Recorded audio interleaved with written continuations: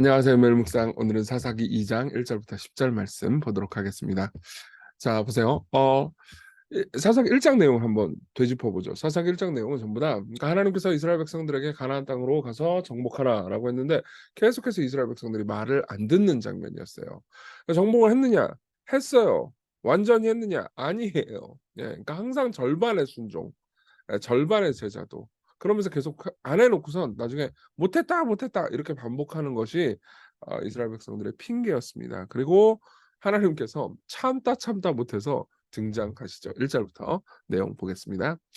여호와의 사자가 길갈에서부터 보김으로 올라와 말하되 내가 너희를 애굽에서 올라오게 하여 내가 너희의 조상들에게 맹세한 땅으로 들어가게 하였으며 또 내가 이르기를 내가 너희와 함께한 언약을 영원히 어기지 아니하리니 너희는 이 땅의 주민과 언약을 맺지 말며 그들의 제단들을 헐라하였거늘 너희가 내 목소리를 듣지 아니하였으니 어찌하여 그리하였느냐. 보세요. 우리가 이제 어제 보았지만은 막 몇몇 그 요셉 지파 같은 경우 있잖아요. 그런 애들은 막 언약을 맺기도 하고 막 제단들 다 부수고 하나님만 섬기라고 했는데 몰래 가나안 땅에 제단들 다 놓기도 하고 하여튼 온갖 바보 짓들을 다 했어요. 하나님께서 참다 참다 그러니까 굉장히 인내하신 거죠. 나타나셔 가지고 말씀을 하시는 거죠. 말씀을 하시면서 "아니 왜 이 땅의 주민과 언약을 맺지 말고 왜 헐라고 했는데 왜 나의 말을 듣지 않냐?" 그러니까 얼핏 보면 한 것처럼 보이지만 실제로는 절반의 순종, 절반의 제자도였던 거죠. 그건 사실 불순종을 말하는 거였어요. 그래서 그러므로 내가 또 말하기를 내가 그들을 너희 앞에서 쫓아내지 아니하리니 그들이 너희 옆구리에 가시가 될 것이며 그들의 신들이 너희에게 올무가 되리라 하였노라. 사실 그들이 안 쫓아낸 그러니까 보세요. 안 쫓아낸 애들 있잖아요. 안 쫓아낸 애들이 나중에 다 커요. 커 가지고 이스라엘 백성들을 찌르는 가시가 돼요. 하나님께서 막 그들을 의도적으로 괴롭혔다기보다 사실 그들이 선택한 가나안 땅 백성들 여기 냅둔 거 있잖아요. 사실 뭐 노동력을 뭐 필요로 해 가지고 막 "노예를 부려먹어야지." 해 가지고 냅둔 사람들도 있었고 그리고 막 성적 착취를 위해서 내버려 둔 저기 뭐냐 가나안 땅 사람들도 있었어요. 굉장히 이스라엘 백성들이 사실 죄악된 마음으로 그렇게 했던 거죠. 근데 결국 그들이 나중에 커서 이스라엘 백성들을 찌르는 칼이 됩니다. 그 사사기의 스토리이기도 해요. 예. 그래서 여호와의 사자가 이스라엘 모든 자손에게 이 말씀을 이르매 백성이 어떻게 돼요? 소리를 높여 웁니다. 예, 울어요. 회개한 것처럼 보이잖아요. 그죠? 그러므로 그것을 이름하여 복임이라 하고 복임이라는 단어가 무슨 뜻이냐면 우는 자들이라는 뜻이에요. 얼마나 울어 제꼈던지 이 저 지명 자체가 우는 자들이라는 지명이 된 거예요. 그들이 거기서 여호와께 제사를 드렸더라. 전에 여호수아가 백성을 보내매 이스라엘 자손이 각기 그들의 기업으로 가서 땅을 차지하였고 백성이 여호수아가 사는 날 동안과 여호수아 뒤에 생존한 장로들 곧 여호와께서 이스라엘을 위하여 행하신 모든 큰 일을 본 자들이 사는 날 동안에 여호와를 섬겼더라. 보세요. 그러니까 이들은 불순종했어요. 그리고 나서 하나님께서 명령하시니까 울었죠. 예. 근데 울었는데 어쨌든 이들은 사는 동안 하나님을 섬기기는 했습니다. 예. 그게 여기까지의 내용이에요.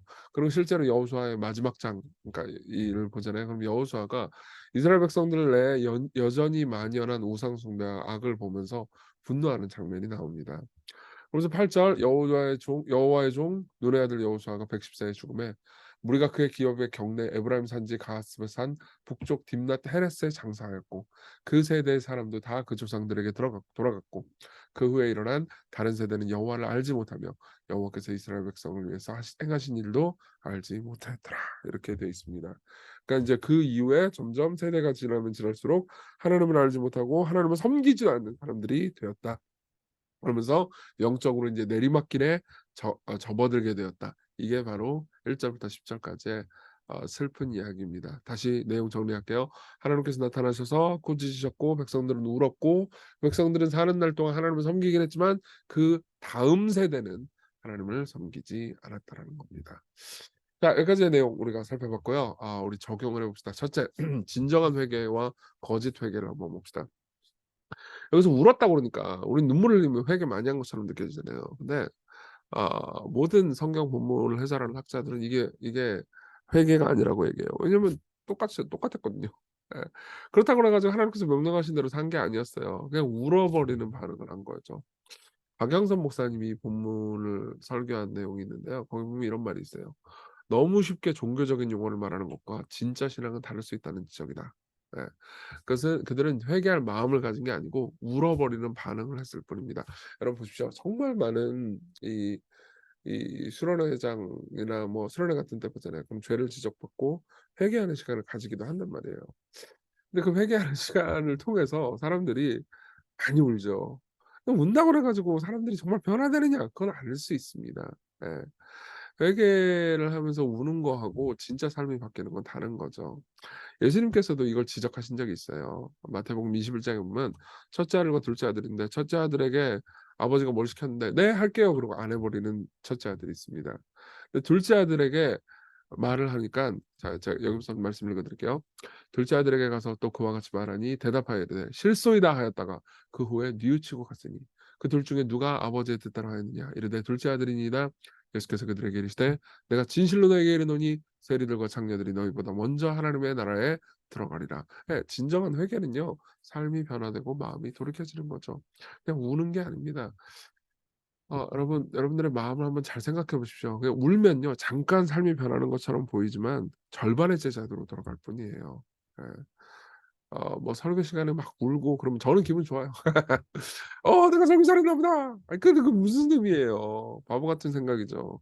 저도 그건 마찬가지일 겁니다. 저 자신도 제가 말씀 뭐 제가 적용을 하고 눈물을 흘리고 이게 실제 회개와 다를 수 있다라는 걸 언제든지 생각할 수밖에 없습니다. 여러분들도 마찬가지여야 될 거예요. 같이 이것을 깊이 한번 생각하면서 회개하는 내 삶을 바꿔 달라는 기도를 여러분들이 해 봤으면 좋겠어요. 두 번째, 복음으로 인한 변화를 한번 생각해 봅시다. 근데 어쨌든 여기서요 중요한 게 하나 있어요. 백성이 여호수아가 사는 날 동안과 여호수아 뒤에 생존한 장로들 곧 여호와께서 이스라엘을 위해서 행하신 모든 큰 일을 본 사람들은 사람 사는 날 동안에 여호와를 섬겼어요.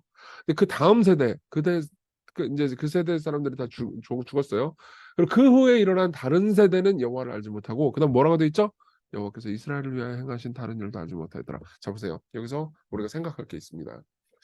우리 뭐 한국 교회에서 요즘 이제 다음 세대 이런 말을 많이 하거든요. 왜냐 다음 세대가 줄고 있거든. 물론 물리적으로도 줄고 있어요. 그러니까 인제 애를 안 낳으니까 물리적으로도 줄고 있지만 교회에서 젊은이들, 청소년, 유치, 뭐 초등 너무너무 많이 줄고 있어요. 청년도 많이 줄고 있죠. 여러분들이 시골교회 다니면 시골교회는 이제 청년이 엄청 많으니까 '어유 다음 세대 여기 다 있네.' 이런 생각이 들 수 있지만 저도 고민이 많습니다. 왜냐면 저도 딸이 둘이 있고요. 뭐 청소년 있고 초등 있고 그리고 이제 우리 교회 청소년, 초등 정말 제 기도 제목과 마음의 부담이기도 해요. 예. 여러분 기도해 주셨으면 좋겠어요. 그들이 변화되는 방법은 그들에게 기독교 윤리를 잘 전수해 주는 게 아니고 복음을 잘 전수해 주는 일이에요. 뭐예요? 하나님께서 그 이스라엘을 위해서 그들을 위해서 행하신 일. 그들을 얼마나 사랑하시는지, 그들을 위해서 어떤 일을 행하셨는지, 십자가에서 하나님께서 행하신 일이 무엇인지를 여러분 깊이 그들이 배우는 겁니다. 그들의 마음 가운데 십자가가 와닿는 것, 그거밖에 방법이 없어요. 그러니까 저도 시간교회가 계속 복음 중심적인 교회가 됐으면 좋겠습니다. 그러면요, 그다음 세대도 하나님께서 그들을 위해서 하신 일을 계속해서 배울 거예요. 그리고 하나님을 바라보면서 찬양하게 될 겁니다. 여러분, 우리 교회가 그런 교회가 될 수 있게 해 달라고 기도해 주세요. 그리고 여러분들도 그러한 삶을 살 수 있게 해 달라고 기도해 주십시오. 데니얼 블럭이라는 이제 학자의 말을 좀 인용해 드리려고 하는데요. 인용하기 전에 1 절하고 3 절을 좀 볼게요.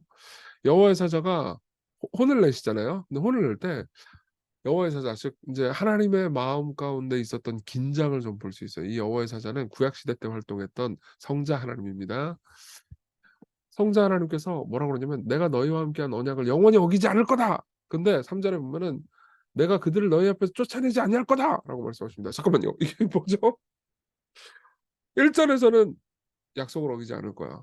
근데 2 절에 3 절에서는 "너 이제 너희들에게 말한 그 모든 그 능력, 힘 더 이상 주지 않을 거야." 이렇게 말하는 거죠. 자 여기 보면 뭐라고 있죠? 그러니까 하나님께서 모순된 말씀 같은 말씀을 안 하잖아요. 그쵸? 이게 왜 하나님 왜 모순적으로 말씀하시죠? 사실 이게 사사기의 스토리이기도 해요. 사사기에 보면요. 이스라엘 백성들이 하도 악하게 행동해 가지고 저기 외부의 민족들 있잖아요. 특히 가나안 민족들이 침공을 해 가지고 고통을 당하는 장면을 묘사합니다. 다시 말하면 3 절에서 말하는 것처럼 "쫓아내지 않겠다."라는 말씀이 현실화되는 거죠. 근데 또 나중에 이스라엘 백성들이 울고 부르짖고 짓고 기도하면 하나님께서 또 사사를 보내 가지고 그들을 구원해 주세요. 그러니까 하나님께서 약속을 또 안 어기시는 모습을 보여주는 거죠. 예. 이게 계속해서 반복되는 게 사사기의 이야기예요. 예. 그래서 데니엘 블록은 이렇게 얘기합니다. 동시에 이 본문은 여호와의 마음속 긴장을 드러냅니다. 그냥 긴장이 있는 거예요. "아우 이씨 이놈의 백성들을 죄만 짓고 다 죽여버리고 싶은데 또 사랑해." 예. 그게 우리를 향한 하나님의 말씀이에요. 마음이에요. 하나님의 가나안 족속은 이스라엘의 손에 넘기는 대신 이 책은 반복적으로 여호와가 이스라엘 사람들을 그들을 사냥하는 자들의 손에 팔아 넘기는 것을 묘사할 것입니다. 점점 더 강렬해지는 강도로 독자는 이스라엘에서 긍정적인 일이 일어난다면, 다시 말하면 그들이 구원받는다면 그것은 여호와의 은혜로운 마음에서 비롯된다는 것을 알게 될 것입니다. 네.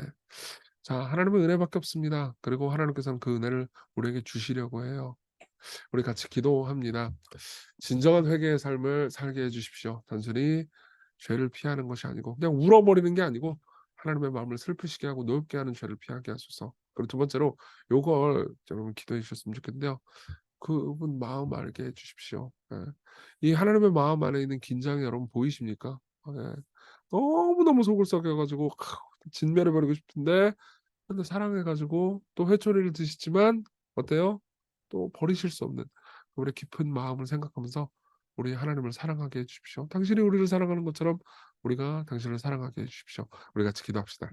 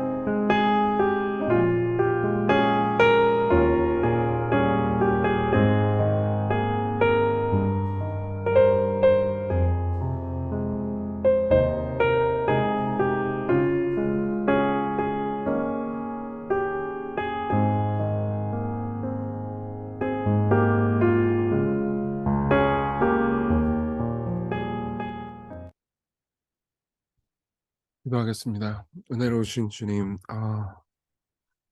어 하나님이 어떤 마음을 우리를 향해서 품고 계신지 우리가 배우게 하소서. 우리를 긍휼히 여겨 주소서. 음, 그래서 언약을 충실히 지키시면서 우리의 죄에 대해서 노하시며 슬퍼하시는 하나님의 마음을 알고 하나님께서 우리를 위해서 하신 일을 생각하며 당신을 사랑하는 마음을 우리에게 주소서. 예수님 이름으로 기도했습니다. 아멘. 네, 하나님의 은혜 안에서 오늘 기쁜 하루 되세요.